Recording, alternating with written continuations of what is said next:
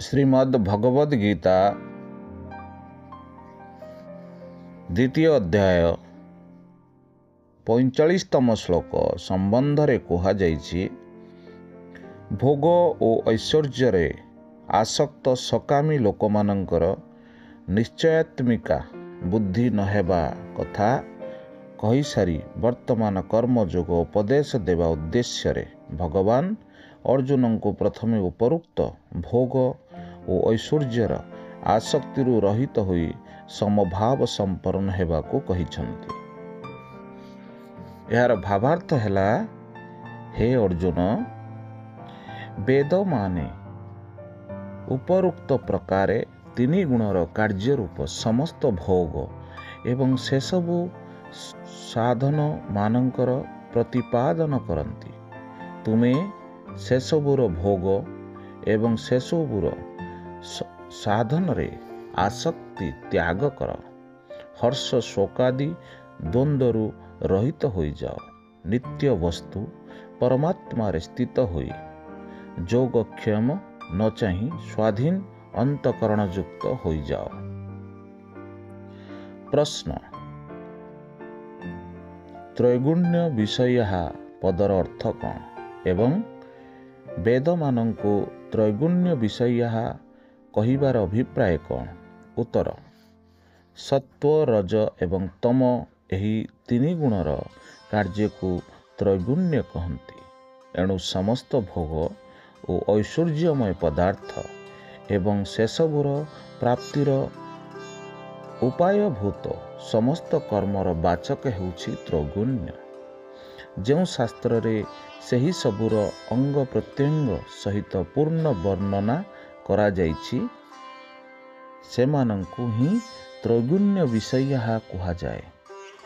वेद मानंकु त्रैगुण्य विषय कही व्यक्त करा जाइछि जे वेद मानंकरे कर्मकांडर अधिक वर्णना करा जाइथिबारु सेमाने त्रैगुण्य विषय अटंती। प्रश्न नैस्त्रिगुण्य होई जिबार अर्थ कौन? उत्तर तीन गुणर कार्य रूप इहलोक और परलोक समस्त भोगरे एवं सेसबुर साधनभूत समस्त कर्मरे ममत्व आसक्ति एवं कामनारु सर्वथा रहित हेबा ही नैस्त्रिगुण्य हेबा। एठारे स्वरूपतः समस्त कर्म त्याग को निस्त्रैगुण्य कुहा जाइछि। कारण मनुष्य स्वरूपतः समस्त कर्म और समस्त विषय त्याग करि परिबो नाही। शरीरर मध्य तीन गुणर कार्य जहा त्याग होई ही पारिबो नाही। तेणु शरीर रे एवं ता द्वारा करा जाउथिबा समस्त कर्म रे तथा ताहार फल स्वरूप समस्त भोगरे अहंतो ममत्व आसक्ति और कामनारु रहित हेबा ही निस्त्रैगुण्य हेबा अर्थात तीन गुणरु कार्यरु रहित हेबा। प्रश्न द्वंद्व काहाकु कहंती एवं सेथिरु रहित हेबा कहिले कौन बुझाए? उत्तर सुख दुख लाभ क्षति कीर्ति अकीर्ति मान अपमान एवं अनुकूल प्रतिकूल आदि परस्पर विरोधी जुग्म पदार्थर नाम द्वंद्व एवं एही समस्त संयोग वियोगरे सम रहिबा एसबु द्वारा विचलित बा मोहित नहेबा अर्थात हर्ष शोक राग द्वेष आदि रहित हेबा ही द्वंद्व रहित हेबा। प्रश्न नित्य सत्व कौन एवं सेथिरे स्थित हेबार अर्थ कौन? उत्तर सच्चिदानंद घन परमात्मा ही एकमात्र नित्य सत्य वस्तु। अतएव नित्य विनाशी सर्वज्ञ परम पुरुष परमेश्वरंक स्वरूप को नित्य निरंतर चिंतन करी सेथिरे अटल भावरे स्थित रहिबा ही नित्य सत्वरे स्थित हेबा। प्रश्न नित्य सत्वस्थ अर्थ जदि निरंतर सत्व गुण रे स्थित हेबा बोली ମାନି ନିଆଯାଏ ତେବେ କ୍ଷତି କ'ଣ? ଉତ୍ତର, ଏପରି ଅର୍ଥ ବି ହୋଇପାରେ ଏଥିରେ କିଛି କ୍ଷତି ନାହିଁ, କିନ୍ତୁ ଉପରୋକ୍ତ ଅର୍ଥରେ ଏହାଠାରୁ ଆହୁରି ଶ୍ରେଷ୍ଠତର ଭାବ ରହିଛି, କାରଣ ସମସ୍ତ ଗୁଣରୁ ଅତୀତ ହୋଇ ପରମାତ୍ମାଙ୍କୁ ପ୍ରାପ୍ତ କରିନେବା ହିଁ କର୍ମଯୋଗର ଅନ୍ତିମ ପରିଣାମ ବୋଲି କୁହାଯାଇଛି। ପ୍ରଶ୍ନ, ଯୋଗକ୍ଷମ କାହାକୁ କହନ୍ତି ଏବଂ ଅର୍ଜୁନଙ୍କୁ ନିର୍ଯୋଗକ୍ଷମ ହେବାକୁ କହିବାର ତାତ୍ପର୍ଯ୍ୟ କ'ଣ? ଉତ୍ତର, ଅପ୍ରାପ୍ତ ବସ୍ତୁର ପ୍ରାପ୍ତିକୁ ଯୋଗ କହନ୍ତି ଏବଂ ପ୍ରାପ୍ତ ବସ୍ତୁର ରକ୍ଷାର ନାମ କ୍ଷମ।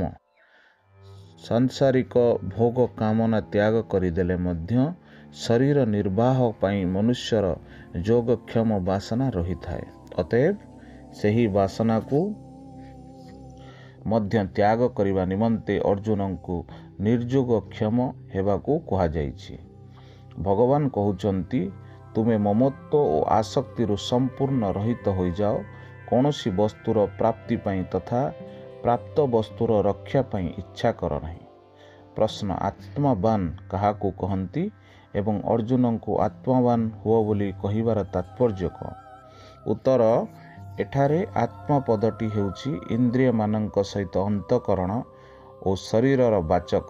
ମନ, ବୁଦ୍ଧି ଓ ଇନ୍ଦ୍ରିୟମାନେ ଯେପର୍ଯ୍ୟନ୍ତ ମନୁଷ୍ୟର ବଶ ହୋଇନାହାନ୍ତି, ତାହାର ନିଜର ହୋଇନାହାନ୍ତି, ସେ ପର୍ଯ୍ୟନ୍ତ ସେମାନେ ମନୁଷ୍ୟର ଶତ୍ରୁ, ସେ ପର୍ଯ୍ୟନ୍ତ ସେହି ମନୁଷ୍ୟ ଆତ୍ମବାନ ହୋଇନାହିଁ। ତେଣୁ ନିଜର ମନ, ବୁଦ୍ଧି ଓ ସମସ୍ତ ଇନ୍ଦ୍ରିୟକୁ ପୂର୍ଣ୍ଣ ରୂପେ ବଶ ଦେଇଥିବା ଲୋକକୁ ଆତ୍ମବାନ କହିବା ଉଚିତ। ଯାହାଙ୍କର ମନ, ବୁଦ୍ଧି ଏବଂ ଇନ୍ଦ୍ରିୟମାନେ ବଶ ହୋଇନାହାନ୍ତି, ତାଙ୍କୁ ସମତ୍ୱ ଯୋଗ ପ୍ରାପ୍ତ ହେବା ଅତ୍ୟନ୍ତ କଠିନ ଏବଂ ଯାହାଙ୍କର ମନ, ବୁଦ୍ଧି ଓ ଇନ୍ଦ୍ରିୟମାନେ ବଶରେ ଅଛନ୍ତି, ସେ ସାଧନା ଦ୍ୱାରା ସହଜରେ ସମତ୍ୱ ଯୋଗ ପ୍ରାପ୍ତ ହୋଇପାରିବେ। ତେଣୁ ଭଗବାନ ଅର୍ଜୁନଙ୍କୁ ଏଠାରେ ଆତ୍ମବାନ ହେବାକୁ କହିଛନ୍ତି। 46ତମ ଶ୍ଲୋକ ସମ୍ବନ୍ଧରେ କୁହାଯାଇଛି, ପୂର୍ବ ଶ୍ଲୋକରେ ଭଗବାନ ଅର୍ଜୁନଙ୍କୁ କହିଛନ୍ତି, ସମସ୍ତ ବେଦ ତିନି ଗୁଣର କାର୍ଯ୍ୟକୁ ପ୍ରତିପାଦନ କରନ୍ତି।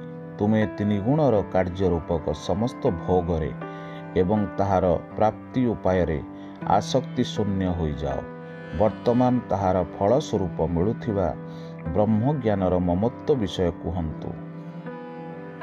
ସବୁ ଦିଗରୁ ପରିପୂର୍ଣ୍ଣ ଜଳାଶୟଟିଏ ପାଇଗଲେ ଛୋଟ ଜଳାଶୟରେ ମନୁଷ୍ୟର ଯେତିକି ପ୍ରୟୋଜନ ରହେ, ବ୍ରହ୍ମଜ୍ଞାନ ଲାଭ କରିଥିବା ବ୍ରାହ୍ମଣଙ୍କର ସମସ୍ତ ବେଦରେ ସେତିକି ପ୍ରୟୋଜନ ରହିଥାଏ।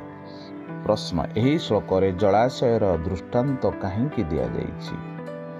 ଉତ୍ତର ହେଲା, ଏହି ଶ୍ଲୋକରେ ଜଳାଶୟର ଦୃଷ୍ଟାନ୍ତ ଦେଇ ଭଗବାନ ଜ୍ଞାନୀ ମହାତ୍ମାଙ୍କ ଆତ୍ୟନ୍ତିକ ତୃପ୍ତିର ବର୍ଣ୍ଣନା କରିଛନ୍ତି।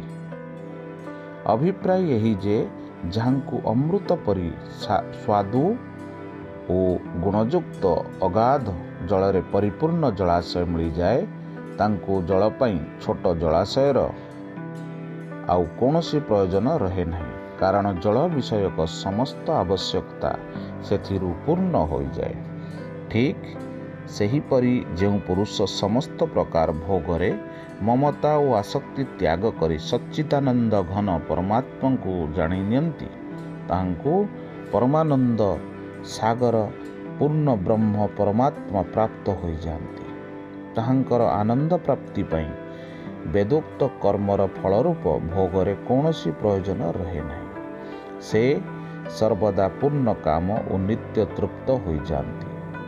ଏପରି ସ୍ଥିତି ପ୍ରାପ୍ତି ପାଇଁ ମନୁଷ୍ୟ ବେଦୋକ୍ତ କର୍ମର ଫଳରୂପ ଭୋଗରେ ମମତ୍ୱ, ଆସକ୍ତି ଏବଂ କାମନା ସର୍ବଥା ତ୍ୟାଗ କରି ପୂର୍ଣ୍ଣ ଭାବରେ ନିସ୍ତ୍ରୈଗୁଣ୍ୟ ହୋଇଯିବା ଉଚିତ।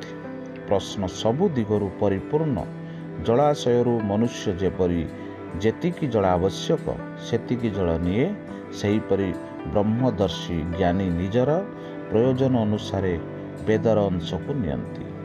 ଏପରି ଅର୍ଥ କଲେ କିଛି ଆପତ୍ତି ଅଛି କି? ଉତ୍ତର ହେଲା, ଆପତ୍ତି ନାହିଁ। ଏପରି ଅର୍ଥ ବି ହୋଇପାରେ, କିନ୍ତୁ ଉପରୋକ୍ତ ଅର୍ଥର ଭାବ ଏହାଠାରୁ ବି ମହତ୍ତର କାରଣ ବ୍ରହ୍ମଜ୍ଞାନୀ ପୁରୁଷଙ୍କର ସଂସାରରେ କୌଣସି ପ୍ରୟୋଜନ ନଥାଏ। 47ତମ ଶ୍ଲୋକ ସମ୍ବନ୍ଧରେ କୁହାଯାଇଛି, ଏପରି ଭାବରେ ସମବୁଦ୍ଧି ରୂପକ କର୍ମଯୋଗର ଏବଂ ତାହାର ଫଳ ମମତ୍ଵ କହିସାରିବା ପରେ ବର୍ତ୍ତମାନ ପରବର୍ତ୍ତୀ 2ଟି ଶ୍ଲୋକରେ ଭଗବାନ କର୍ମଯୋଗର ସ୍ୱରୂପ ବର୍ଣ୍ଣନା କରି ଅର୍ଜୁନଙ୍କୁ କର୍ମଯୋଗରେ ସ୍ଥିତ ହୋଇ କର୍ମ କରିବାକୁ କହୁଛନ୍ତି। କର୍ମ କରିବାରେ ହିଁ ତୁମର ଅଧିକାର ଅଛି। କର୍ମର ଫଳ ଉପରେ ତୁମର କଦାପି ଅଧିକାର ନାହିଁ। ତେଣୁ ତୁମେ କର୍ମ ଫଳର କାରଣ ହୁଅ ନାହିଁ ତଥା ତୁମର କର୍ମ ନ କରିବାରେ ବି ଆସକ୍ତି ନ ହେଉ। ପ୍ରଶ୍ନ, କର୍ମାଣୀ ପଦ ଏଠାରେ କେଉଁ କର୍ମର ବାଚକ ଏବଂ ତୁମର କର୍ମ କରିବାରେ ହିଁ ଅଧିକାର ଅଛି ଏପରି କହିବାର ତାତ୍ପର୍ଯ୍ୟ କ'ଣ? ଉତ୍ତର, ବର୍ଣ୍ଣ, ଆଶ୍ରମ, ସ୍ୱଭାବ ଏବଂ ପରିସ୍ଥିତି ଅନୁସାରେ ଯେଉଁ ଲୋକ ପାଇଁ ଯେଉଁ କର୍ମ ବିହିତ, କର୍ମଣୀ ପଦଟି ହେଉଛି ତାହାର ବାଚକ। କର୍ମଣୀ ପଦଟି ଶାସ୍ତ୍ର ନିଷିଦ୍ଧ ପାପ କର୍ମର ବାଚକ ନୁହେଁ, କାରଣ ପାପ କର୍ମରେ ମନୁଷ୍ୟର ଅଧିକାର ନାହିଁ। ମନୁଷ୍ୟ ତ ରାଗ ଦ୍ୱେଷ ବଶବର୍ତ୍ତୀ ହୋଇ ପାପ କର୍ମରେ ପ୍ରବୃତ୍ତ ହୋଇଯାଏ।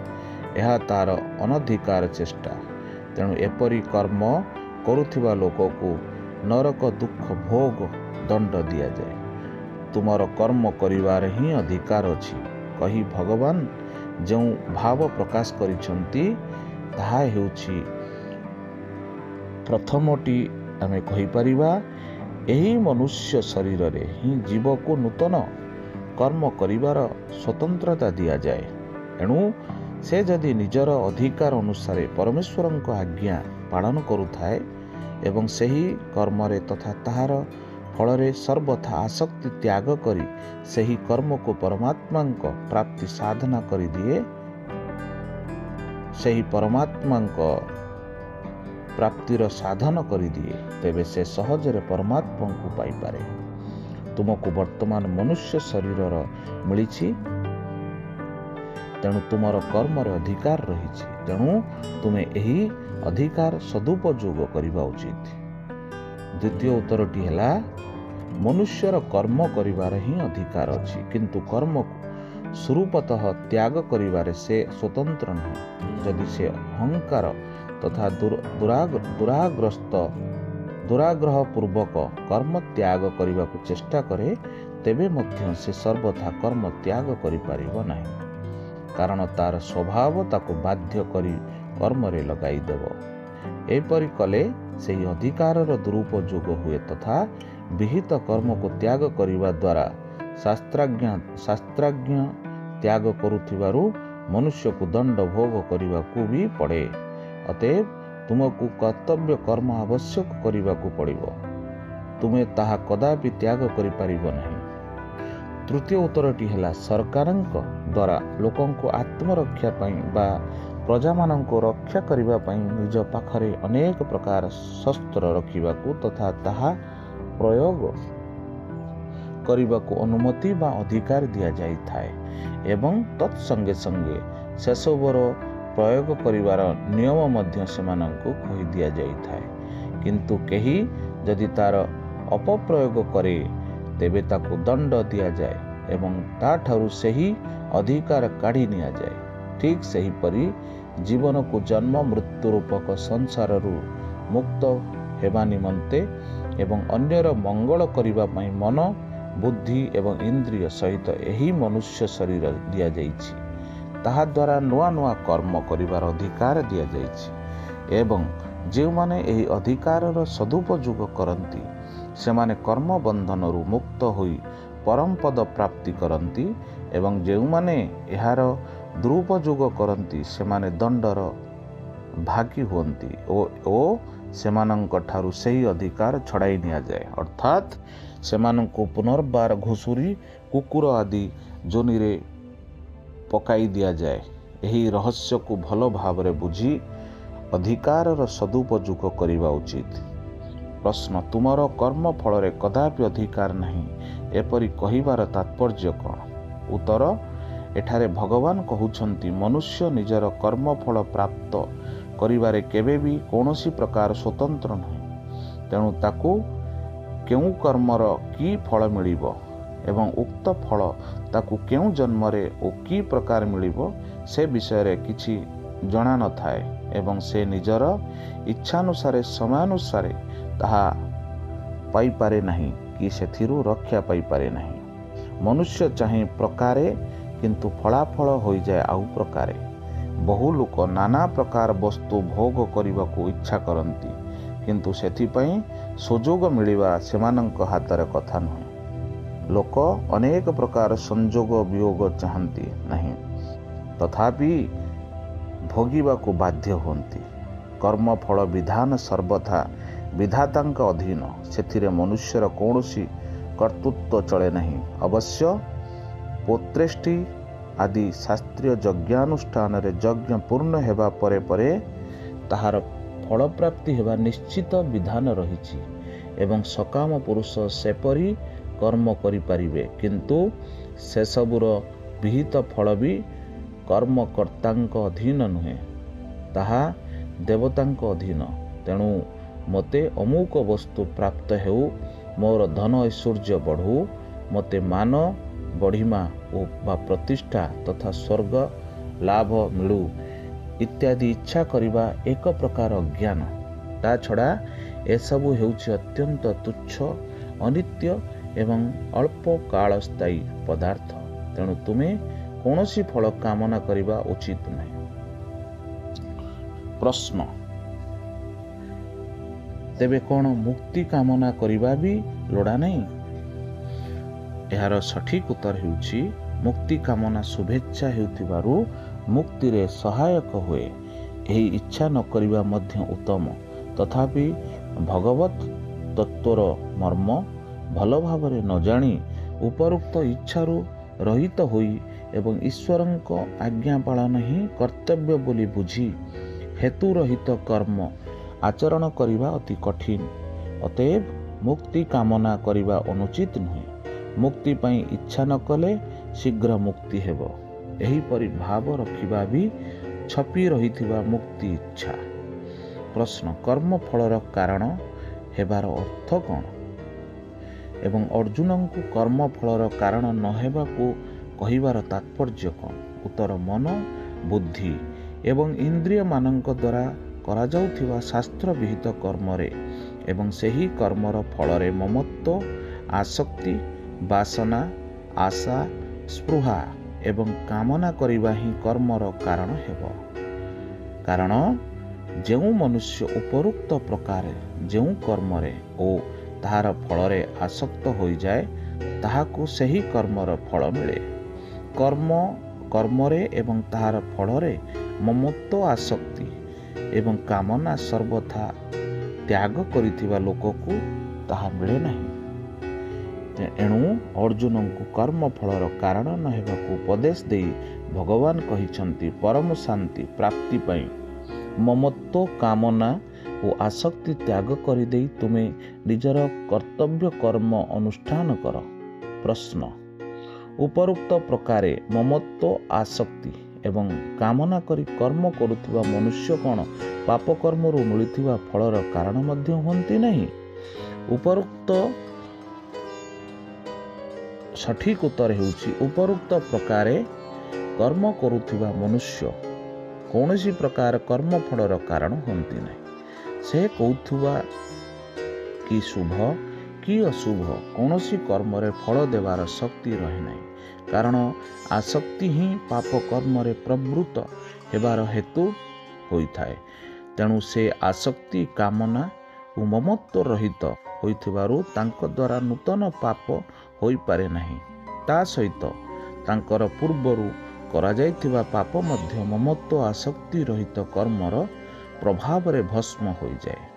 ତେଣୁ ସେ ପାପ କର୍ମ ଫଳର ହେତୁ ହୁଅନ୍ତି ନାହିଁ ଏବଂ ଶୁଭ କର୍ମ ଫଳ ତ୍ୟାଗ କରିଦେଇଥିବାରୁ ସେହି ଫଳର ହେତୁ ମଧ୍ୟ ହୁଅନ୍ତି ନାହିଁ।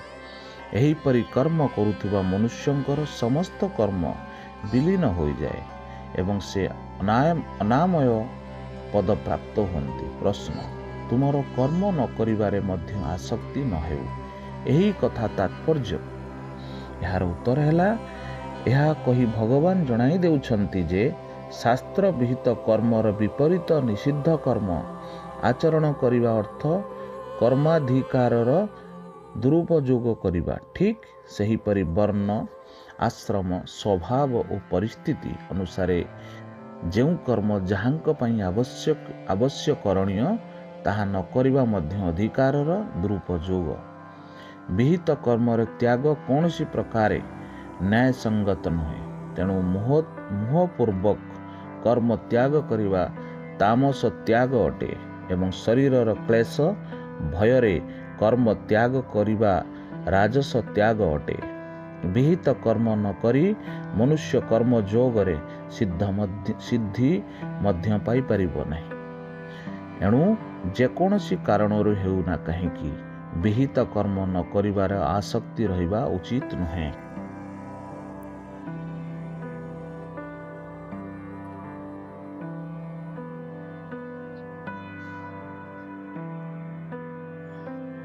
अड़चालीसतम श्लोक संबंध में कहुଯାଇଛି उपरोक्त श्लोक तुमे कर्म फलर कारण हेबा उचित नुहे कि कर्म न करिबारे आसक्त हेबा उचित नुहे, अर्थात कर्म त्याग करिबा उचित नुहे। एहारी उपरे प्रश्न हुए तेबे की प्रकार कर्म करिबाकू हेबो। तेणु भगवान कहउछंती यार भावार्थ है हे धनंजय तुमे आसक्ति त्याग करी तथा सिद्धि असिद्धि रे समबुद्धि रखी जोगस्थ होई कर्तव्य कर्म कर। समत्व को ही जोग कहा जाए। प्रश्न सिद्धि और असिद्धि रे सम होई गले तो ताहारी मध्य रे आसक्ति त्याग आसी जाए। पुणी अर्जुन को आसक्ति त्याग कर बोली कहिबार तात्पर्य कौन। उत्तर एही श्लोक रे भगवान कर्मयोग आचरण प्रक्रिया विषय कहिछंती। कर्मयोगर साधक जेतेबेले कर्मरे ओ तार फलरे आसक्ति त्याग करि दियंती सेतेबेले तांकर राग द्वेष तथा सेथिर उत्पन्न हर्ष शोक आदिर अभाव होई जाए। एपरि हेबारु से सिद्धि और असिद्धि रे सम होई जांती। ऊपर लिखित दोष रही सिद्धि और असिद्धि रे सम होई पारंती नहीं। सिद्धि और असिद्धि रे अर्थात कर्म पूर्ण हेउ बा न हेउ तथा तार परिणाम अनुकूल हेउ बा प्रतिकूल हेउ सबु अवस्था रे सम रहिबाकू चेष्टा करिबा द्वारा शेषरे राग द्वेष रहे नहीं। एहीपरि आसक्ति त्याग और समत्व एही दुईटी मध्यरे घनिष्ठ संबंध रही एवं से दुईटी एक अन्यर सहायक अटंती। तेणु भगवान आसक्ति त्याग करी सिद्धि व सिद्धि रे सम होई कर्म करिबाकू कहिछंती। प्रश्न जेतेबेले समत्वर नाम ही जोग बोली कहा जाउछि सेतेबेले सिद्धि और असिद्धि रे सम होई कर्म करिबा भितरे ही जोगरे स्थित हेबा कथा आसी जाउछि।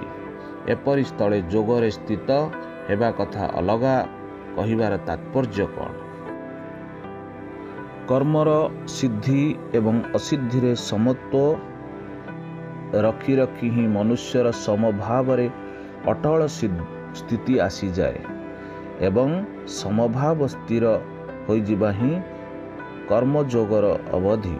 अतएव एठारे जोगरे स्थित होई कर्म करिबाकू कही भगवान प्रकाश करुछंती जे केवल सिद्धि असिद्धि रे ही समत्व रखिले चलिब नहीं। प्रत्येक कर्म करिबा समय रे भी तुमको जेकोसी पदार्थ रे कर्म फल रे अथवा प्राणी ठारे विषम भाव न रखी नित्य समभाव रे स्थित रहिबा आवश्यक। प्रश्न समत्व को ही जोग कहा जाए ए कथार तात्पर्य कौन। यार उत्तर है भगवान एठारे जोग पदर परिभाषित अर्थ कहिछंती। अभिप्राय हेउछि एठारे जोग समत्वर नाम अटे एवं साधक जेकोसी साधना द्वारा समत्व प्राप्त होई गले जोगी होई जांती।